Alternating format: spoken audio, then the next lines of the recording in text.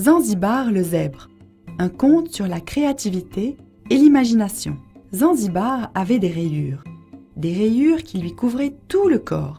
Elles descendaient sur son cou, traversaient son dos, roulaient encore et encore autour de ses longues jambes pour atteindre enfin ses sabots. Zanzibar avait toutes les rayures qu'un zèbre devait avoir. Seul, il montrait une fière allure avec son saisissant corps tout noir et blanc. Mais quand il se mêlait aux autres zèbres du troupeau, il se sentait complètement perdu.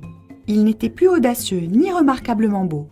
Il n'était qu'un zèbre parmi tant d'autres. Zanzibar désirait être différent. Il voulait se faire remarquer. Personne ne pouvait comprendre.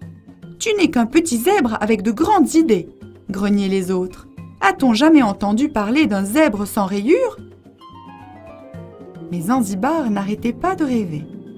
Il imaginait des quadrillages aux lignes entrecroisées sur tout son corps, où il pourrait jouer au jeu du morpion avec ses amis, ou un coucher de soleil rose et or, avec des ombres bleues et pourpres qui s'étendraient sur sa poitrine, des losanges soigneusement peints avec les couleurs douces d'une boîte de peinture, un arc-en-ciel cintrant son dos, tel un arc qui se plierait et ondulerait à chaque fois qu'il se déplacerait, peut-être même un mélange de tourbillons, de taches et de gouttes, strié de bandes rouges et d'étincelles jaunes, bref, un dessin si brillant qui amènerait les autres zèbres à s'arrêter et à s'émerveiller. Zanzibar pensait à toutes sortes de dessins et de couleurs qui orneraient son corps, mais surtout pas à des rayures noires et blanches.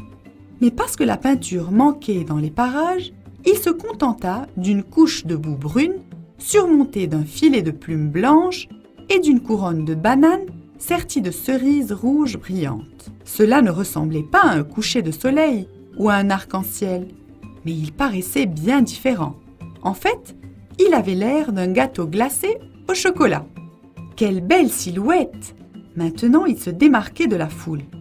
Quand les autres zèbres du troupeau se cachaient dans les hautes herbes ou à l'ombre tachetée de lumière des buissons d'épines, Zanzibar était le seul zèbre qui tapait à l'œil. C'est pour cette raison que les lions le repérèrent. Il ne ressemblait pas au genre de zèbres qu'ils chassaient habituellement pour leur dîner, mais ils en avaient assez de manger de la viande rayée. Et ce qu'ils avaient devant eux semblait être une saveur bien nouvelle. Alors, ils rampèrent, s'approchèrent à pas de loup, se glissèrent et s'avancèrent furtivement à travers les herbes. Ils n'étaient plus qu'à quelques pas de lui. Cependant, aucun d'eux n'avait jamais chassé un gâteau glacé au chocolat. Ils étaient un peu incertains quant à la façon de s'y prendre avec lui. Comment allaient-ils faire?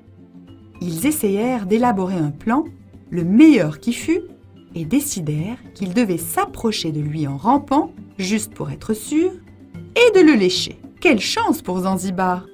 Ces coups de langue étaient une façon très douce pour être chassés par les lions. Ils furent très vexés. Le goût du chocolat les écœura. C'était absolument dégoûtant. « Quelle déception !» grognèrent-ils en se retirant. Ils se mirent d'accord pour laisser ce gâteau au chocolat tranquille dans les jours à venir. Puisque les lions ne pourchassèrent plus Zanzibar, les zèbres s'accordèrent qu'ils n'étaient pas aussi stupides qu'ils le croyaient après tout.